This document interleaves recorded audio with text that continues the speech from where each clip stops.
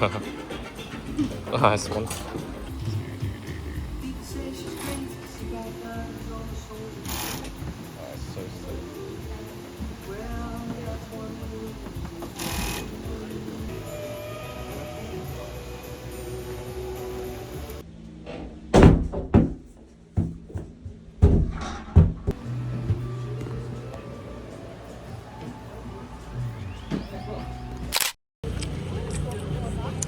Then he started farting at night. Don't fire off. Oh, good job. Yummy, yummy. Yummy, yummy. Oh. This is meal or meal small. It's quite round. That This one. one? Yeah. Doesn't have a Other one? Is it weird? I wouldn't say no, it's fine. I think Which one is better? they look very similar. Quite similar. Here, come here. Stay there.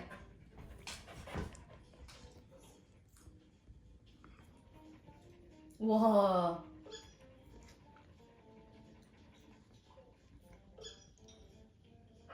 What?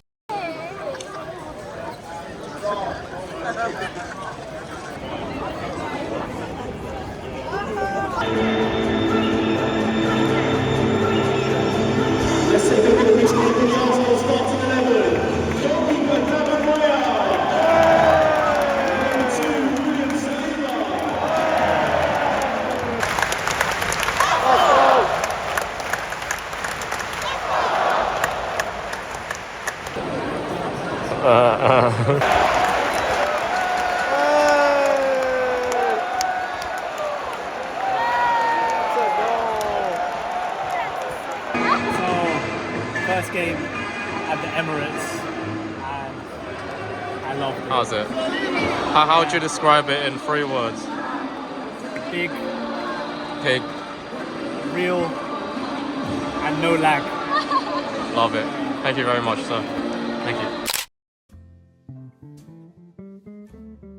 I hope you guys enjoyed how I've changed up the format of the video a little bit. I know it's nothing special or crazy, but I thought it'd be a nice change up from, I suppose, the usual videos I make, including a bit of vlog content just to show you all what I kind of get up to in my free time, especially on the weekends when I'm not working.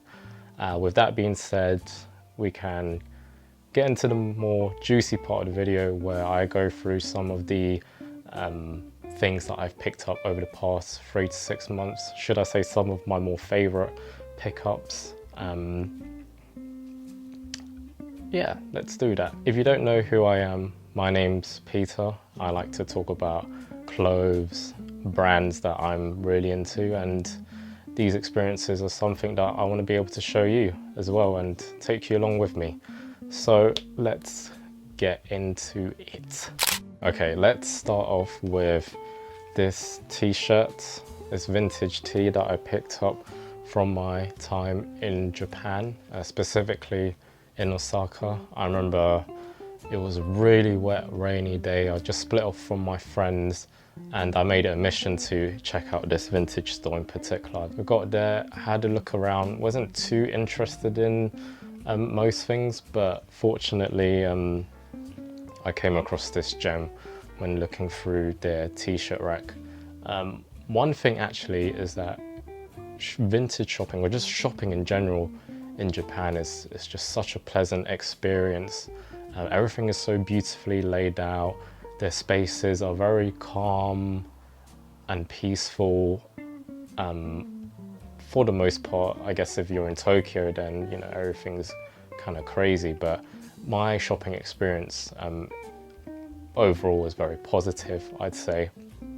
One thing I would like to point out is that there's just a crazy amount of shops in Japan. It's just so overwhelming. So if you do make it your mission to go out there specifically to shop for clothes, I would just hold back on that where you can and just prioritize where you want to go, because you're going to burn yourself out so easily, so quickly from commuting around especially if you're in big cities like Osaka and Tokyo. Like it's crazy. Like I was racking up like a good 15-20k steps from just being out. But anyways, I'm just chatting a lot of nonsense now. So this t-shirt comes in an eggshell white. On the front you can see it has a pocket which says Marlboro Unlimited, and turning to the back it features this really nice print made from an artist called Rand McNally. That's what it says at the back. Have a look. The map itself just features a part of the United States. In terms of the fit, it fits me just large enough to the point where it doesn't swallow me up. I kind of knew by just looking at it that, you know, this was gonna fit me. It was just a matter of how well will it fit. But as I tried it on that day, I was like, damn, I've got to get it. I would say the prices in that store are on the higher end. I think this shirt in particular was around £90. That was when it was converted from yen to British pounds back in May. I think I did a quick search on eBay and they go for around that much. But this one in particular, I couldn't really leave the store without buying it. I remember putting it back and thinking, should I get it? Should I spend this much money? But given that I hadn't really bought anything on the trip and I wanted to buy something to commemorate my time in Japan, so obviously I had to go and buy it, you get me? You know, it's just what you do when you're on holiday. So I had to go back, go get it, purchase it from the store, arigato gozaimasu, and then I was out. And that's the story behind this shirt. All right, next up is this shirt from Story MFG, and boy, are there a lot of details, just a lot of things going on with this shirt, but it's one of the reasons why I really like it. I'm going to try my best to describe it to you all. So starting from the top, the color fades from this really nice eggshell white to a more muted sunflower yellow. And what's really cool is that the buttons also transition along with the color of the shirt in itself. So as you can see with the as you can see with the top button, it's white, and then as you descend down, you'll see that the buttons actually match more of the yellow that's going on around it.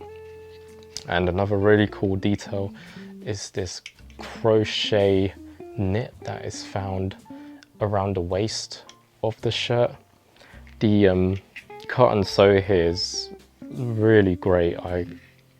You know, as I'm looking at it myself now, I'm failing to see any imperfections or anything of that sort, and it's just something that adds so much character and individuality to this shirt. And finally, there's some small knitted embellishments found around the shirt, and this is a theme that's really consistent with Story MFG. But yes, this shirt is a great pickup for me, and Story MFG is definitely a brand I'm going to keep my eye on more. Funnily enough, I didn't really rate the brand much when I first came about it. I thought it was very hippie at the time, but as my style has evolved and my needs have changed, you know, I really feel that this brand fits in with the whole look that I'm trying to go for. So always good to keep an open mind to what's out there, and yeah, experiment and enjoy. Now this is a piece that I'm thrilled to have hanging on my rack behind me, and it's these pair of jeans. Oh, I disappeared for a bit.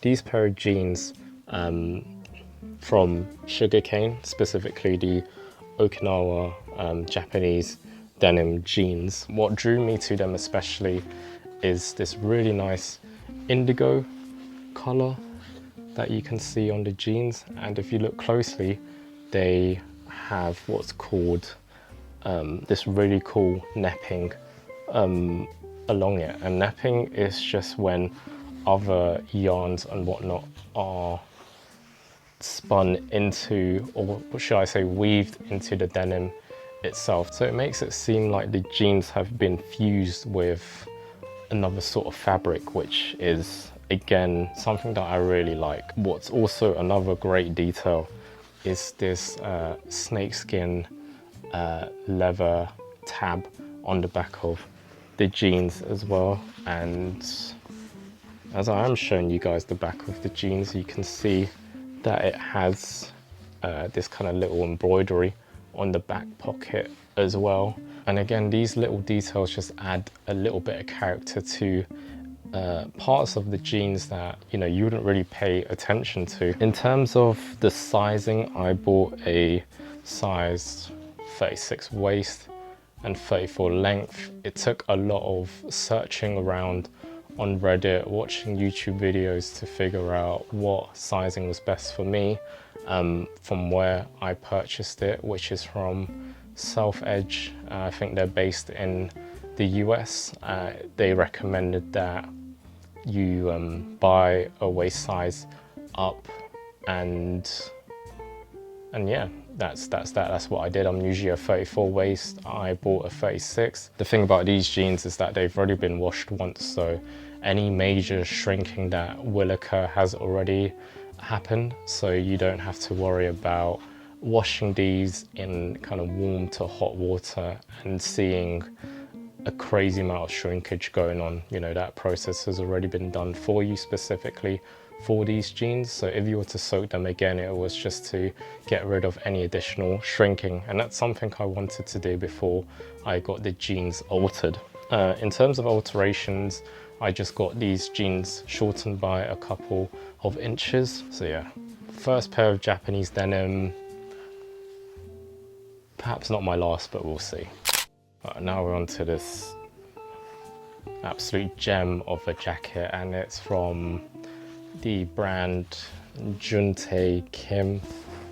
He's a South Korean designer. This jacket in particular is from his recent Spring Summer 24 collection. It's the denim slash denim blazer or something like that. But what's really interesting about Juntae Kim is his ability to do all these intricate designs on his pieces. You know, it's not just exclusive to this blazer here. It's his crazy designs are featured on all his clothing, and what I find most interesting again is how he's able to do this without making his clothing seem too extravagant or too overwhelming to the eye. I think that's a really good balance that he's got going on, and it's very evident in this blazer that I'm holding up. Let's talk about details then. So it's got a really nice light blue wash to it, and as you can see, there's some really well crafted detailed paneling going on in the front of the blazer. It's called the slash blazer, and that's slashing is really prominent at the front of the blazer and also along the sleeves as well. You can see these panels kind of open up a bit. They're not quite pockets, they're just panels which open up and show a different layer of denim sewed underneath. And moving to the back again, it's got that contrast fade. As you can see, that's very much a trademark of his kind of denim pieces. And again, along the elbow patches, there's some fading as well, which is really cool. And again, you can see that slashing, I'm just gonna call it that slashing detail going on at the base, at the bottom of the blazer. And finally, again, that paneling that you see at the front is prominent at the back as well. That's the denim blazer from Juntae Kim. Definitely one of my favorite designers as of recently. Okay, now we're going to pivot towards footwear, and there are two pieces I want to share with you guys, and I'm really happy to kind of give each one its little spotlight. The first one being these loafers from Acne Studios. I hope you can see that there. Whoop. These are actually my first pair of loafers, and I've been after a pair of very specifically Venetian style loafers. What Venetian style loafers are It's this more square toe followed by this really cool pleating of the leather around the toe box. When you've got a really nice pair of trousers or jeans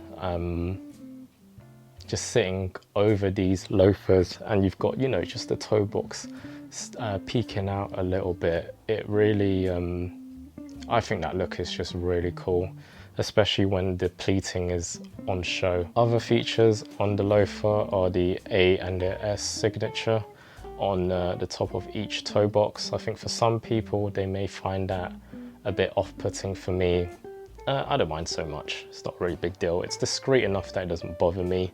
The sole, the heel itself is very stacked. I think it's about 3 centimeters. So yeah, you're getting some good lift off the ground. And one thing that I do is put in some, put in an insole.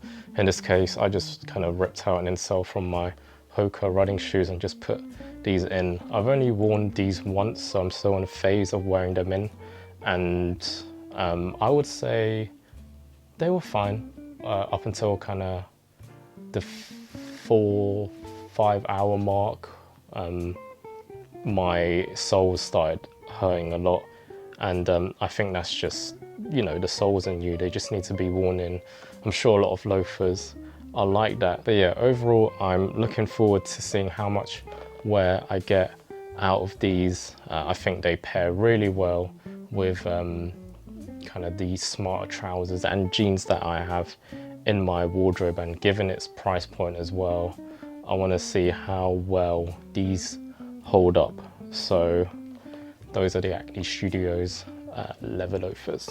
And the final thing here are these CDG foamposites, which came out not too long ago. What's great about these is that they look better than their previous iteration, and they're also considerably cheaper. So as great as the foamposites are, there was a bit of skepticism in my mind as to how they'd fit in my wardrobe.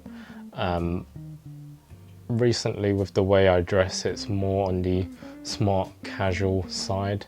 I wouldn't say sneakers, trainers, or footwear that I'd gravitate to. One pair of trousers that I really like pairing these foamposites with are these COS pleated trousers in black.